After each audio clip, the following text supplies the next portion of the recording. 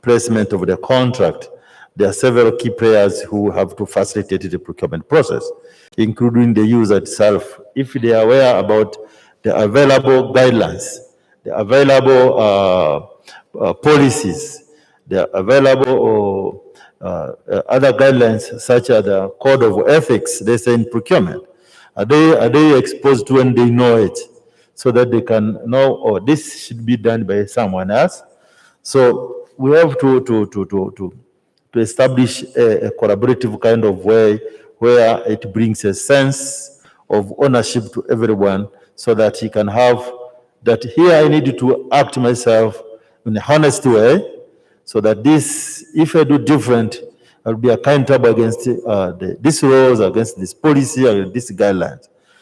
So having the guidelines itself, it might not work, but how do we communicate this? How do each one have gather aware about the situation, that who is very responsible on this, who is on top, what I'm supposed to do. This would reduce much risks on integrity, and also guarantee accountability for the responsible, who have the overall responsible, like the head of the.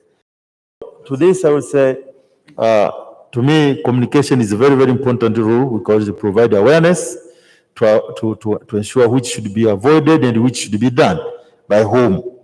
That also will enhance integrity. As we said, the main key pillar is integrity. It's an attitude. So where someone else understands what I need to do and which I'm not supposed to do. Then when there is a communication, a good communication, will enhance and reduce the risk of integrity and accountability during when this process of emergency happens. Thank you. Thank you. My panelists have done a lot, and would you have a clap for all of them? 1, 2, 3. Very good. You see, I picked a number of things, including that effective communication is kind of all important. Everyone should know what he is expected to do and what he expects others to do in whatever the situation that arises. And it's also all about attitude. Let's have the right attitude in place. Okay, thank you very much. Now it's time for special interventions, and it's high time I start introducing the people who will do the special interventions. I think it's high time that I allow the panelists to go back to their seats. Thank you very much. Thank you, all the panelists. Thank you, Mr. Maiga, and the panelists. Let us have Dr. Kaitesi, the Executive Director General, Rwanda Governance Board, and Mr. Mshaija Godfrey, the Executive Secretary for Northern Province, have some interventions before we go for the next session. Thank you.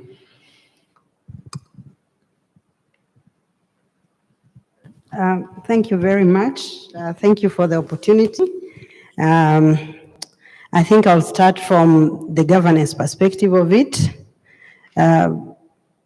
Procurement, integrity, accountability, and transparency remain very key elements of good governance. And I'll just use the definition that Rwanda has chosen. When it articulated its Vision 2020, it said that the country was committed to ensure good governance that must be understood as accountability, transparency, and efficiency in deploying scarce resources. So from that time, I think as we continue in public service, we have to remember the scarcity of resources. And the procurement process is key in ensuring that there is efficiency in enjoying, but also in securing public tenders in a way that is efficient. So just to mention a few of the challenges that might appear or that have appeared, like others have already mentioned,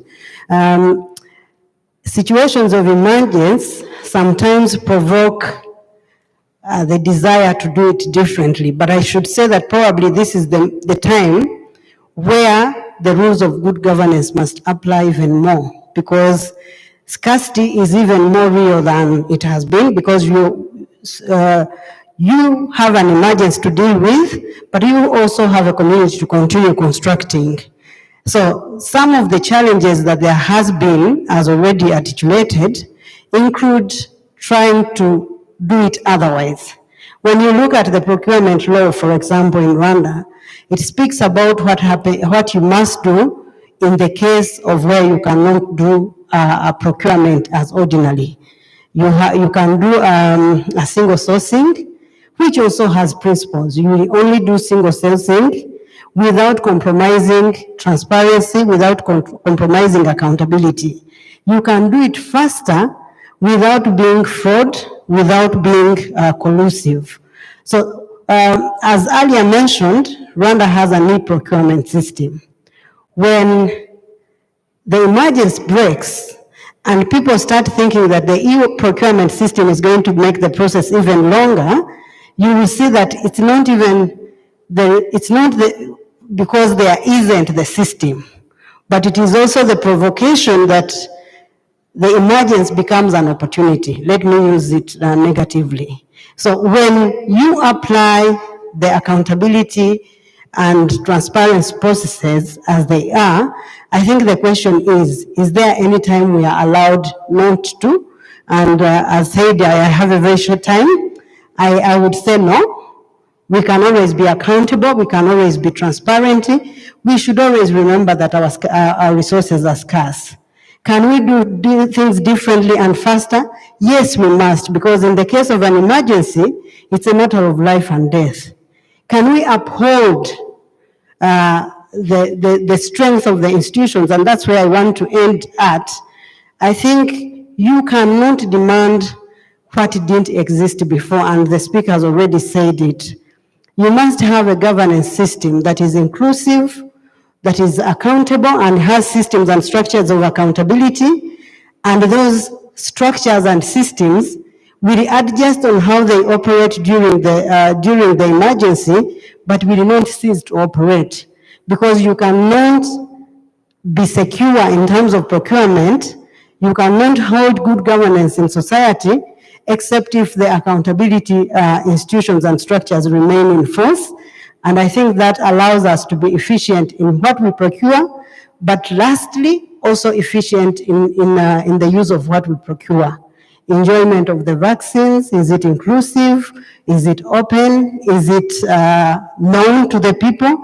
And that ensures that the issues that affect integrity can actually be confronted. Have there been issues of lack of integrity?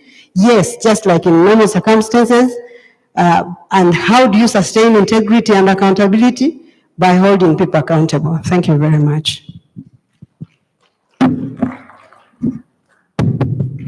Thank you very much. Much has been said. I'm just making around 3 comments. One on the question of integrity and accountability. We must look at it from a pre and during and post emergency situations. So when emergencies like the context of COVID come and your systems are not balanced before, it will be very hard to balance them during and the post-COVID, post-emergency situation. So we must be having strong systems in terms of laws, in terms of principles, in terms of value systems, having accountability institutions in place, like we have the RPPA, the Office of Auditor General, and other institutions, the procurement teams and other actors. So what I'm trying to advance that when you land into a contingency situation, or emergency situation, and you're already not standing very well in your systems, then you become vulnerable to all the issues that we have been discussing here. What I can observe in this context, Systems only succeed when the actors, that's the technical community and the political will, are complementary. So these processes that we have been discussing, they cannot succeed without being premised on the political will and the technical clarity of the actors. Second, another point I want to mention here is the accountability in the context of the beneficiaries. Somebody talked about it, the citizens, the population. So during, like we are accountable to the population before emergencies, we must make sure that during the emergency situation we still communicate and be accountable to the citizens. The population must be knowing what is taking place. Finally, on the way forward, I would recommend about 3 things.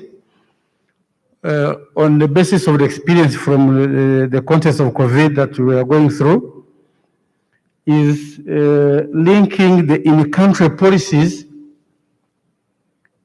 with the procurement plans that are vision-led, the vision-led procurement plans, not the aid-led procurement plans, procurement systems. Sometimes when you land into an emergency situations and your levels of flexibility are too minimal on the basis of the funding agreement and other agreements you have with the aid institutions, it becomes a limitation. So how do we link in-country policies basically to be vision-led, not to be aid-led in the context of any eventuality that may occur? Context of any eventuality that may occur.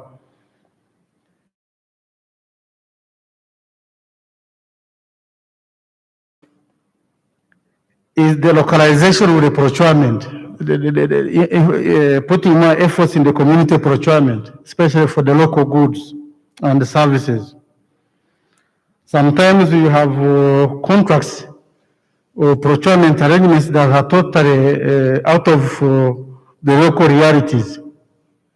So we do spend much time on what we have, then later on what we don't have. But the community procurement systems, community-based procurement systems helps in the context of emergencies. Finally, this issue of the integrity and the accountability deficiencies are more to do with the previous discussants kind of mentioned about how the emergency scenarios compromise the existing integrity and the values of people. I think a weak person or the systems that are not strong or they are corrupt systems before emergency, you can't expect them to be correct during the emergency. So I would also emphasize the issue of the set of values and ideals that brand the whole systems of procurement.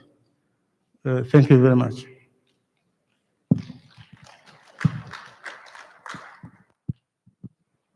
Thank you for your interventions. We are going to have a very short time for questions and answers because we need to have another session, another panel session about the role of oversight bodies and internal controls. So in the audience, if we have, yes.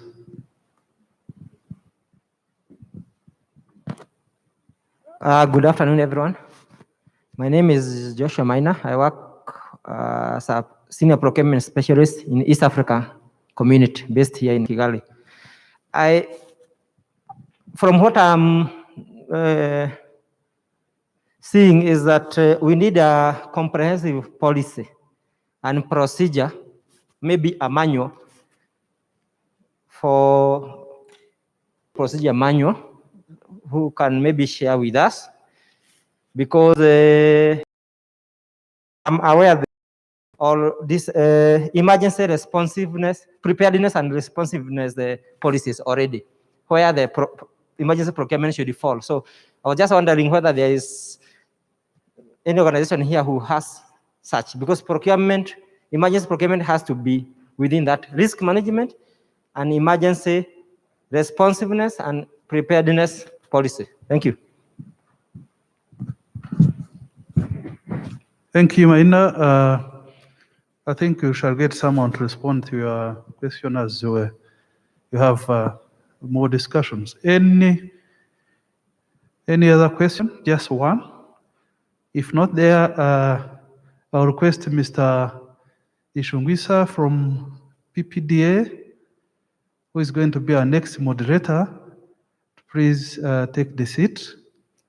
The panelists for this evening will be Mr. Obadiah Birar, the Auditor General, Rwanda, Mr. Kamhire Alexi, the Chief Internal Auditor, Minister of Finance and Economic Planning. I hope they are here. And Mr. Arosius Birhanga from Uganda, from PPDA Uganda. Please take your seats, take up your seats, and they go to the next session.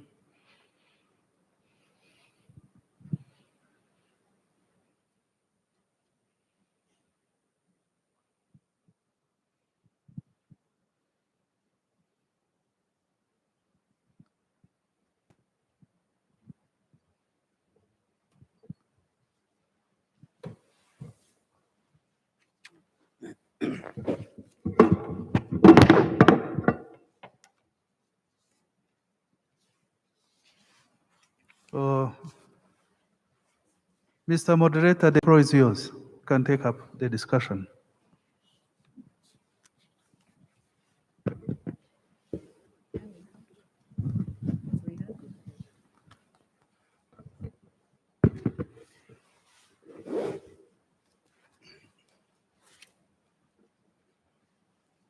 Good afternoon, ladies and gentlemen.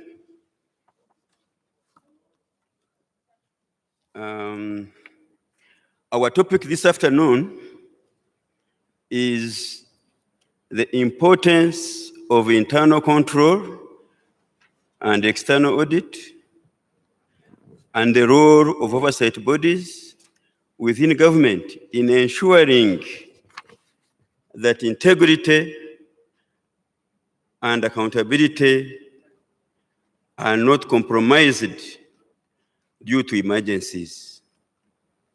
Experience of procurement during the COVID-19 pandemic. Ladies and gentlemen, a lot has been talked about the pandemic and what happens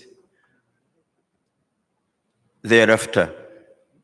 The need for fast tracking, the need to do work very quickly, but all this goes with resources. And these resources have got to be accounted for. We will not have to throw them there that because there is an emergency. You have to account to the citizens. And so, in this topic, we are discussing the role of internal control and external audit and oversight of bodies in ensuring that we don't miss this situation. Now, to discuss this topic, I have eminent personalities here, very, very experienced, and I wouldn't want to introduce them myself.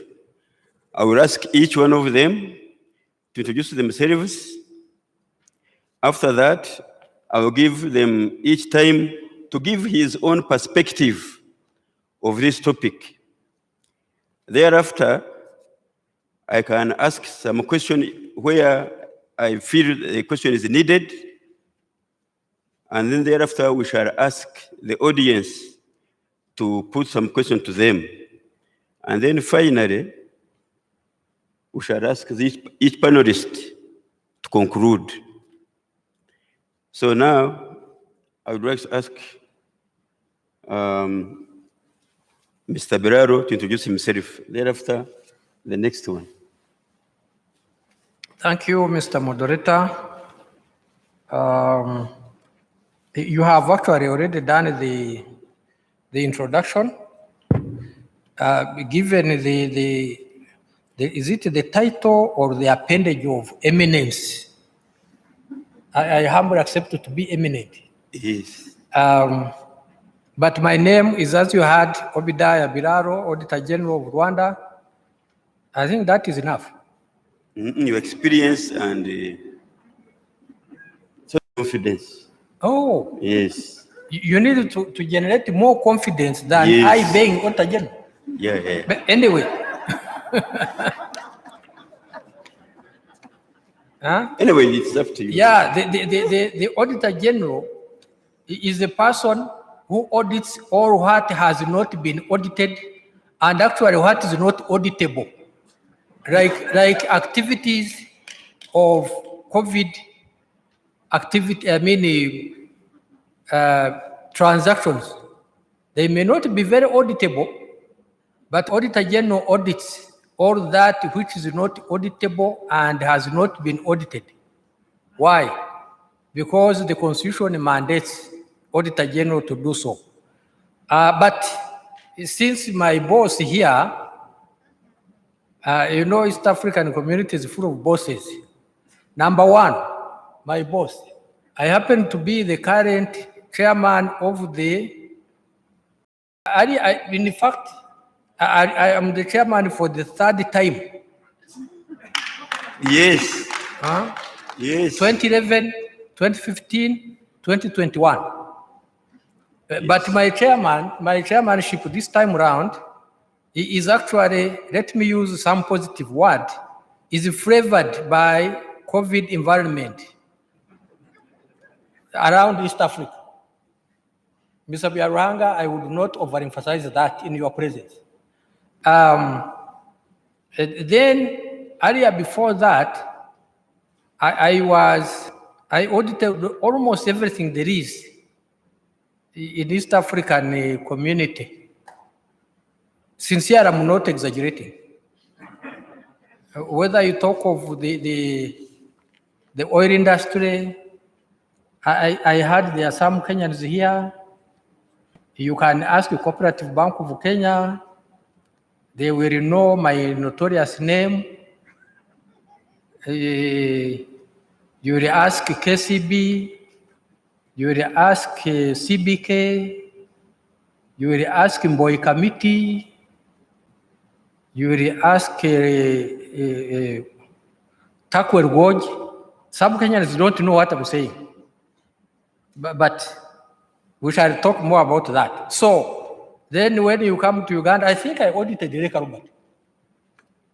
Do you believe? But I think I saw you. I must have met you. Yeah, so yes. The drug industry of Uganda, I always stopped short of being a doing PhD in pharmacology, but I've never been a doctor. But of necessity being the mother of invention, I did all that. Mr. Biaruhanga may have seen one or two things. There's a time I remember there was a dispute between the oil companies in Uganda and Minister of Energy and Auditor General. I put a paper in place, but what happened, don't ask me. My guess is as good as yours. So let me not do too much of prominence or eminence. We shall continue as we tackle this topic. So do you need any other person to do this? This is the one, importance of internal control. That is the man. Okay, so next. Yeah. Mr. Kamwiri. Yes. Mr. Kamwiri. Yes, thank you, moderator. Good afternoon, everyone here. Let me say, it is very difficult to bring matters of experience here when we are next to Auditor General with this experience he mentioned. And anyway, I'm feeling very humbled. One, he's my boss. He was. I'm actually your mentor. Yes, correct. Point is you. Yes. Okay. He was my boss, I think, since 2006. He continued to mentor until today. So that's why I was saying very humbled. Anyway, I'm the government chief internal auditor. I'm working in the Ministry of Finance and Economic Planning. So I was there since 2014. So we are interacting with the Auditor General in so many things regarding the audit, controls. So I'm there as the government chief internal auditor. But also, I'm a member of the Audit and the Risk Committee of East African Community.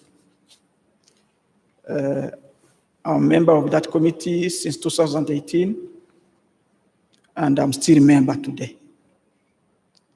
I used to be chairman of that committee 2019 and 2020, but now the chairmanship is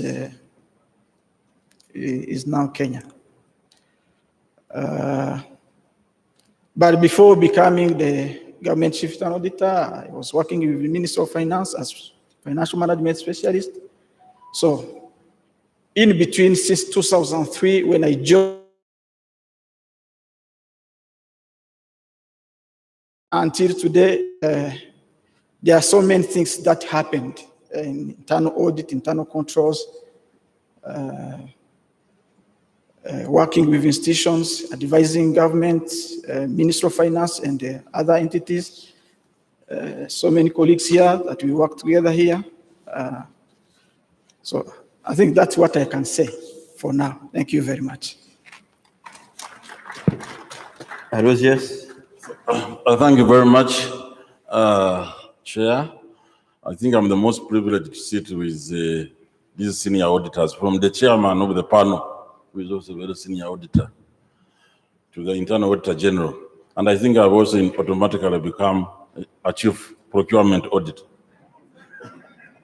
Because for me, by training, I'm a procurement specialist, and I work in PPDA as director of procurement, performance monitoring, and my work is also to look for those who may not have procured in the right way and put them to order, and also thank those who have procured in the right way. The only challenge I have now is the chairman of my board is the one asking me. I don't know whether I give the right answer or I give the answer that will cause me trouble when I go back, but I'm sure I will give the right answer. As for names and experience, I may not be lucky as the big man next to me, but I've also been around the government system for some time, having started as a tax collector. And after that, I got tired. I said, why can't I go and help on the procurement side, where I have been for the last 15 years or so. I also take a lot of interest in research, because I'm a business student from bachelor's to PhD. Although at PhD, I tend to specialize mainly in infrastructure procurement. I hope it is not time for us to talk about infrastructure procurement today, because we are discussing emergency procurements with COVID in mind. Otherwise, that's what I am, and I believe I would share with you the experience from the direction I've told you. I thank you.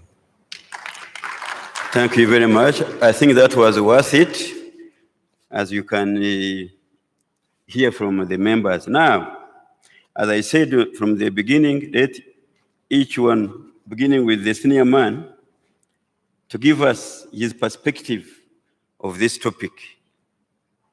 Thank you. You, Bilal. Okay, thank you, and I hope you allow me to unmask myself Yes. for a while. The topic actually is, you know, one thing I must congratulate the Director General of RPPA in Rwanda for having brought the East African community here. Actually, as I told you, Mr. Moderator, by now I should be seated in Arusha, but since my chairmanship is favored by COVID environment, I have not been able to go. I'm still trying to go. But you procurement gurus of East African community, you have made it. Everyone really should congratulate you. I must comment just a bit on what was said here by our Mr. Bazivamo regarding the procurement and movement of goods and services in East Africa. I just want to remind those who went to the new school of thought, because possibly me and Mr. Biaranga might have gone to the old school of thought. By the way, I'm called Ishun, Sir Julius. Who? Ishun, Sir Julius. Biaranga is at the end. Biaranga, okay. Yes. I hope I'm not sectarian. Yeah, we went to, maybe. Yeah, we might have gone to the old school of thought. Yeah. Maybe. So during those days, before 1977, the East African community had a policy between 1963 and 1977. They had a policy of East African community industrial rationalization. That's what Mr. Basivamo was trying to say, whereby the policy was to be. Actually, it took off for a while, but not so much. The policy was to be that if an industry so and so, like the East African industries, you people who consume chimbos and all this, of the Unilever brothers, that if the industry A was established in Kenya, the East African community would rule that the rest of the three, because by then there were three, that none of the same would be established, and the market would be provided. Therefore, that movement would have been more or less like official. I happen to know recently, if not even current, that there is a mission between Kenya and Uganda on the sugar industry. The trade ministry from Kenya came to see the supply chain, production and supply chain in Uganda, I think, to solve some dispute. Yeah, put it. Yeah. So that happens to have something to do with procurement. If that happened, that historical, if this happened, what they are trying to iron out, they would actually ease the problem of procurement. And therefore, the topic, procurement and ensuring the efficiency and the effectiveness of controls around the procurement area in the COVID time, I don't think you would have had a better topic than this one, and indeed the panelists that you chose. But I, as an auditor, later on deployed as Auditor General over here, I think allow me introduce some controversy here. That in 1904, some of you like him, my colleague here, might have heard me say this. 1904. In 1904, there was a case in UK Kingston Cotton Mills, those who did SCA, you should be knowing this case. If you did not, if you can't remember it, it means you passed at 50% plus 1. But you passed anyway. So that case was Kingston Cotton Mills versus the auditor. And in between, there was the shareholders. 1904, of course, you can imagine what was happening even in the mature economies of today like UK. But the judge was a mathematician called Rod Denning. I had a chance to go and see where he used to sit. In February 2000 and I think 2007, around there, where he used to sit. I requested specifically to see where he used to sit, Rod Denning. He was a mathematician, like Mr. Biaruhanga and you, maybe mathematician. So, therefore, the auditor was in problems because the cotton company, that was a cotton company. I happen to be a historian in East African community. Do you know Mr. Biaruhanga and that name is what? Ishungisa Julius. Ishungisa.